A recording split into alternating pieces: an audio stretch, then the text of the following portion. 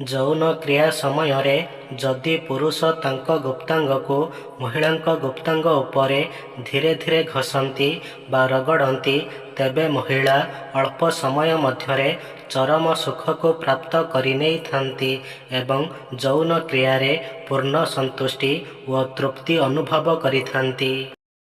ଯେଉଁ ପୁରୁଷମାନେ ବାପା ହେବାର ରୁଚି ରଖିନଥାନ୍ତି, ତେବେ ସେମାନେ ବଡ଼ ସ୍ତନ ଥିବା ମହିଳାଙ୍କ ଆଡ଼କୁ ଅଧିକ ଆକର୍ଷିତ ହୋଇଥାନ୍ତି।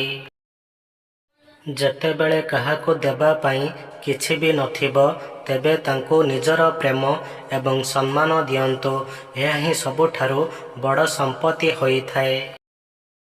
ବିଛଣା ଉପରେ ମହିଳାର ପାଦ ଚାଟୁଥିବା ପୁରୁଷ ସମସ୍ତଙ୍କ ସାମ୍ନାରେ ତାଙ୍କ ହାତ ଧରିବାକୁ ମଧ୍ୟ ଲାଜ କରିଥାଏ।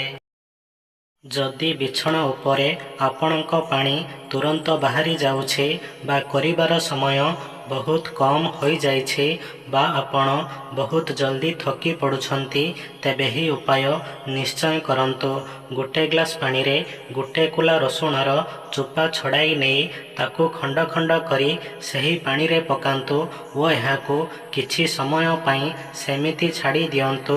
ଏହାପରେ ସେହି ପାଣିରେ ଗୋଟେ ଚାମଚ କଫି ମିଶାଇ ଦିଅନ୍ତୁ ଓ ଏହାକୁ କରିବାକୁ ଯିବାର 15 ମିନିଟ୍ ପୂର୍ବରୁ ନାକ ବନ୍ଦ କରି ଗୋଟେ ଥରରେ ପିଇ ନିଅନ୍ତୁ। ଏହା ସହିତ ଗୋଟେ ଗୁଜୁରାତିର ଦାନା ପାଟିରେ ରଖି ଚୁଷନ୍ତୁ।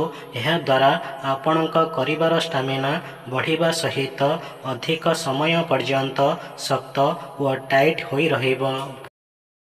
ଯଦି ପୁରୁଷକୁ ଆବଶ୍ୟକତାଠାରୁ ଅଧିକ ସୁନ୍ଦରୀ ସ୍ତ୍ରୀ ମିଳିଯାଏ, ତେବେ ତାଙ୍କୁ ଚାକିରି ସହିତ ଚୌକିଦାର ଡ୍ୟୁଟି କରିବାକୁ ମଧ୍ୟ ପଡ଼ିଥାଏ।